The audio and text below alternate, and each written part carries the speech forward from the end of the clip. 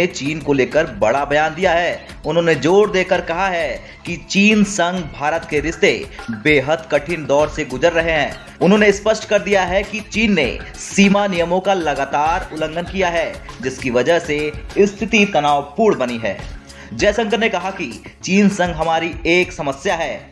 पिछले 45 साल तक शांति का माहौल रहा था। 1975 से कोई सैनिक हताहत नहीं हुआ था। ये बदलाव इसलिए देखने को मिला था क्योंकि हमारा चीन संग समझौता था। समझौता ये था कि LAC पर सैन्य बलों की तैनाती नहीं की जाएगी, लेकिन चीन अब लगातार उन समझौतों का उल्लंघन कर रहा है। ऐसे में अब बॉर्डर पर कैसी स्थिति रहती है, इसी पर हमारे रिश्ते भी निर्भर रहने वाले हैं। अपनी बात को आगे बढ़ाते हुए उन्होंने कहा कि ये तो स्वाभाविक है कि अभी चीन संग भारत के रिश्ते बेहद कठिन दौर से गुजर रहे हैं, लेकिन इसी दौर में हमारे पश्चिमी देशों से भी संबंध काफी मजबूत हो गए हैं। वैसे कुछ दिन पहले चीन ने भी भारत संग तनाव का जिक्र किया था, लेकिन उसने ये कहा था कि दोनों देशों को सीमा समझौतों का सख्ती से पालन करना चाहिए। उसकी तरफ से यह बयान तब सामने आया था जब एस जयशंकर ने चीन पर नियम तोड़ने के आरोप लगाए थे।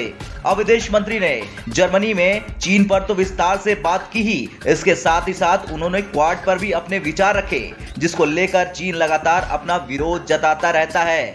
एस जयशंकर ने एक बार फिर से साफ कर दिया कि क्वाड में 4 ऐसे देश साथ मिलकर काम कर रहे हैं जो ये मानते हैं कि आपसी सहयोग से दुनिया रहने के लिए एक बेहतर जगह बन सकती है। वहीं इसके अलावा आसियान देशों संग अपने संबंधों पर भी मंत्री ने संतोष जाहिर करते हुए कहा कि उनके साथ हमारे मजबूत सुरक्षा सहयोग है। इससे पहले भी एस जयशंकर ने चीन को लेकर बड़ा बयान दिया था। उस वक्त उन्होंने कहा था, जब एक बड़ा देश लिखित प्रतिबद्धताओं की अवहेलना करता है तो यह पूरे अंतर्राष्ट्रीय समुदाय के लिए वैध चिंता का विषय है। क्वाड में भारत चीन संबंधों पर चर्चा की थी क्योंकि यह इस बात का हिस्सा था कि हमने अपने पड़ोस में क्या हो रहा है इसके बारे में एक दूसरे को जानकारी दी गई। साथ ही उन्होंने कहा कि यह एक ऐसा मुद्दा है जिसमें बहुत सारे देश वैध रूप से रुचि लेते हैं, खासकर यदि वे भारत प्रशांत क्षेत्र से जुड़े हैं।